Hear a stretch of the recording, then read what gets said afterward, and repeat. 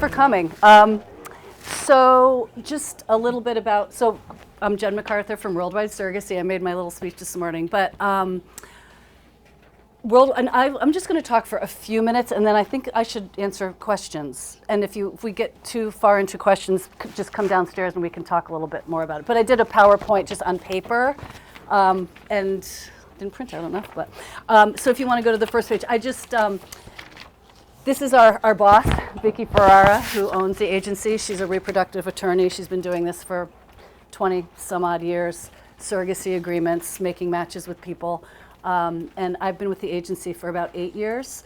And I would be the person, I'm the director of case management, and I have an assistant, but I would be the person that would be basically working with all of you from the beginning of the matching process to through the birth. So Worldwide Surrogacy is a full-service matching agency, and what we do basically is you sign on with us to find you a surrogate, and we do that in about a 6-month time frame, depending on your requirements. But on average, it takes about 6 months. And that timing is a lot of screening, of course, goes into finding a surrogate, medical screening, psychological screening, criminal background checks, all of that. We want good, solid, viable surrogates who are going to make it a happy journey for you. So that's why 6 months. We get to know them before we match them. So I'm going to just skip over this page. This is just our team. We have about 15 people that work with us, from psychologists, social workers, recruiters, marketing people. We advertise very heavily for surrogates all over the world, all over the country. Our surrogates are only in the United States. Our clients are from all over the world. So, and just here, this is really just informational. We don't have to go through this, but these are just kind of basically the first steps of what happens in a surrogacy. And pre-retainer, before you would sign up with an agency, basically is what you're doing now. A lot of research, talking to people, getting a lot of information about agencies. So this page is about how we screen our surrogates. I just talked a little bit about that. Psychological screening. I do an interview with every surrogate that we match you with. I'm a social worker, so we do that. Criminal background checks, a lot of Skypes, getting to know yous. If they live in Connecticut, personal visits. And basically, we can, does anyone have any questions yet about anything? Because there's just there's so much information in a very short period of time. We have folders downstairs that will give you our expenses. I know that's always a big, huge concern. This is a very expensive undertaking, and I know it's always number one question that people have is about the expenses. So we don't have to go over that today, but I'm happy to answer any questions about that. Our agency fee is $26,000, and you pay that in 2 installments. Once to retain us to find you the surrogate, and then once we find you the surrogate, you pay the second agency fee. And that's it to Worldwide Surrogacy. The rest of the money paid out is all towards your actual journey with the surrogate. So we have some documents, paperworks I have on thumb drives downstairs, so if you can pick one of those up and actually look through a retainer agreement, look through the questionnaire that you're to fill out, the timeline of how we work, exactly what the steps are. That's all on our website as well.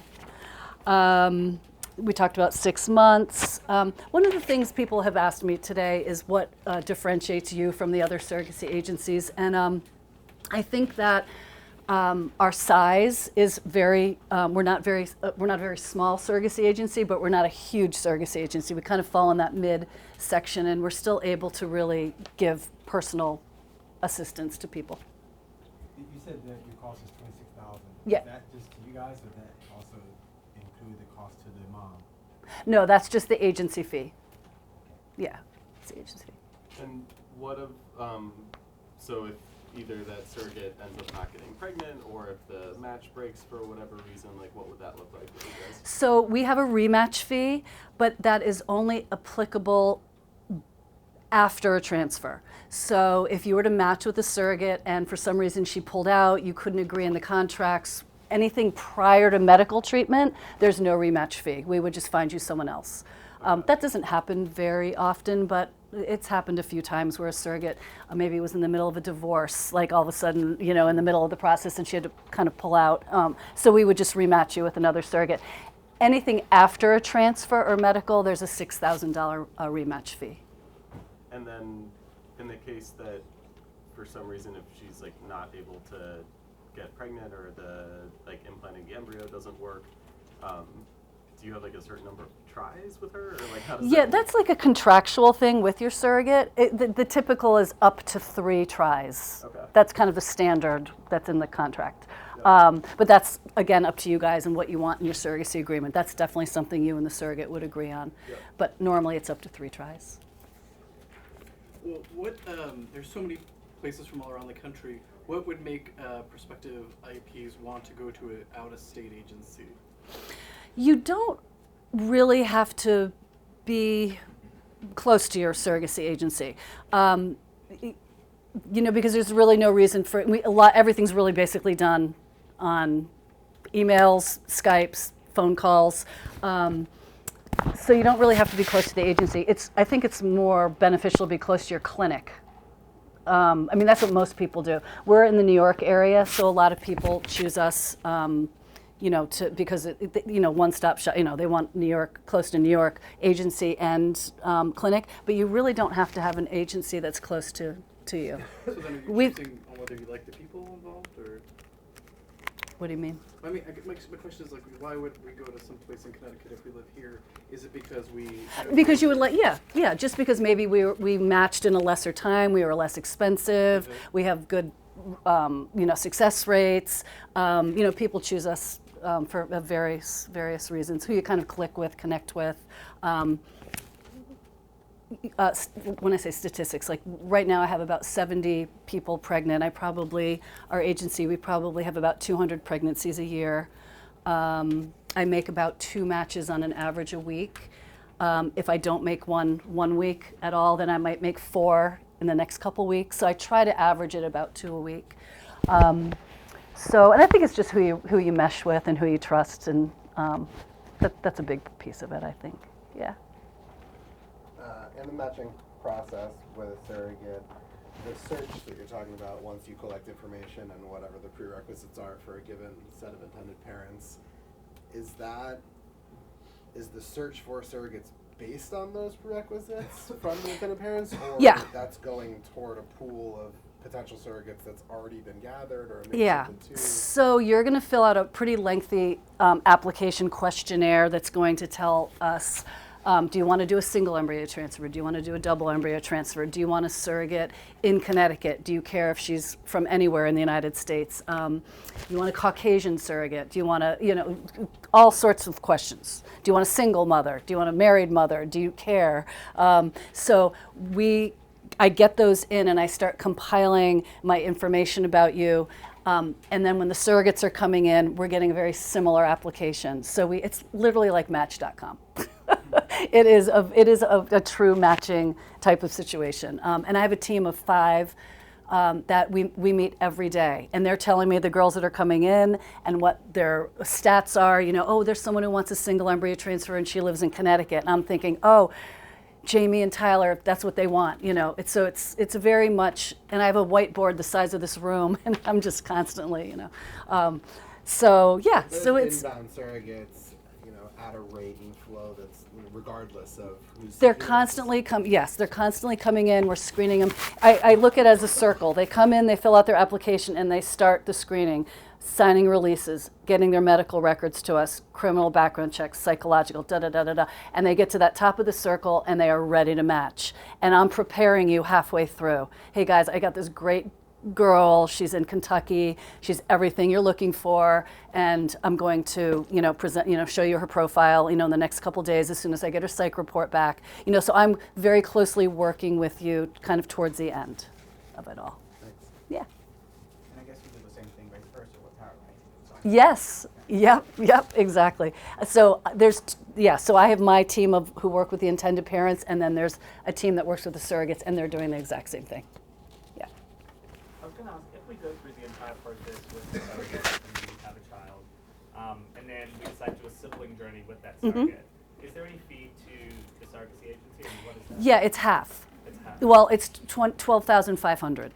So if you use the same surrogate, again, the second time, the agency fee is 12,500.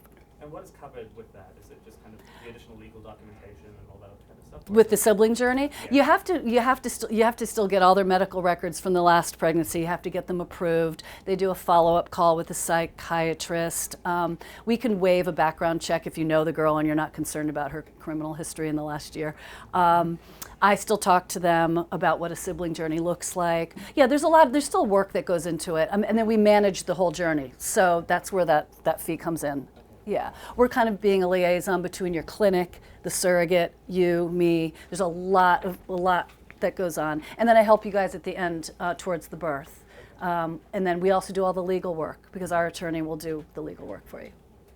So in that case, like I see that legal's broken out as like approximately 10,000. Yeah. So like if you're using the same agreements again with the same gestational carrier, like what other kind of additional legal fees might there be on that? So to do a sibling journey, the fees are much different than what you're looking at. It's a Yeah. whole different retainer, which I don't have here. But Okay. so the contract for the second time around is $1,000 as opposed to $3,000. You still have to. You can't use the same contract. It's once the baby's born, it's over with. So you still have to, draft it. Negotiate, kind of go back and forth. Yep. It goes to the girl's attorney. So the fees are a lot less the second time around. Okay. The surrogate's fees might be higher because she's an experienced surrogate now, and typically they raise up their price about $5,000 the second time around. So you're going to pay her a little more, but you're going to pay us less. Yep. So, 2 minutes? Okay. So with the legal, it's the contract lawyer for the surrogate. Is there a lawyer representing us? Yep, Vicky, our boss Vicky. Oh, okay. The first page. Yeah, she'll draft. We only represent intended parents. We do not represent legally surrogates. So the surrogate has to find her attorney in the state that she lives in to represent her. You have to pay for it, but she'll find it. Yeah. You're paying for everything. Just look at it that way. You're going to pay for her prenatal vitamins. You're going to pay for Okay. absolutely everything. So, but we help her find someone. We have a huge list of attorneys that we work with in every state. So Vicky would represent you, and then.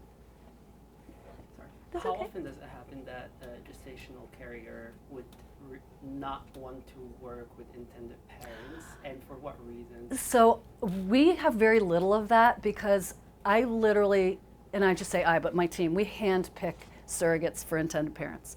I get to know you guys on a personal basis, phone calls, Skypes, and that's one of the things I think I do the best at, is that I really can get to know people, and I think that we have a pretty high matching rate of the first time meeting the person and matching. Like I'd say 90%. Sometimes the surrogate won't like you, and sometimes you won't like her, but that does not happen very often in our agency. Do you work with different clinics? Like do you have All over the. types of clinics? Any clinic you come to us with, we work with. Okay. Yeah.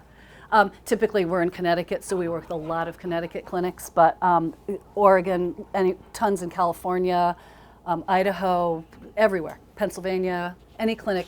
And if we haven't worked with them, we're happy to. We love that. So, yeah. I know it's not very much time, and usually I have a PowerPoint, which is a little easier. I can talk on the screen, but I couldn't get it all together for today. So I'm doing private consultations till like 6:30, but Erin's down at the table. I'm walking around. So if you have any other questions, I'd be happy to. And I'm not going to have enough of these now, but anyone in this room, and I don't know how I'm going to do this, will get $1,000 off our agency fee if you decide to sign on. Okay. So, good. Okay, so as you walk out, I will hand you those cards. If I don't.